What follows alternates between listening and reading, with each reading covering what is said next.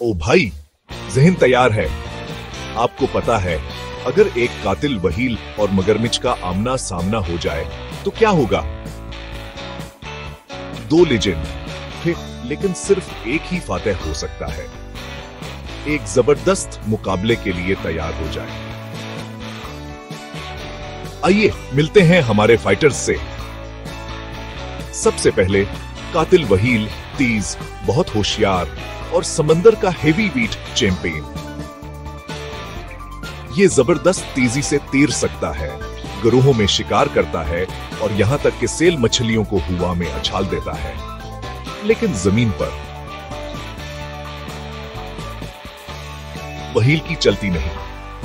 अब मगरमच्छ, ये खालिस अजलात से बना है। उसकी खाल मजबूत जरा की तरह है और जबड़े इतने ताकतवर कि लोहा चबा जाए। ये घात लगाकर शिकार करने में माहिर है, पानी में चपचाप और मकार, लेकिन समंदर की गहराई में इसका कोई जोर नहीं। तो कौन जीतता है? समंदर में कातिल वहील बास है, बहुत तेज, बहुत होशियार।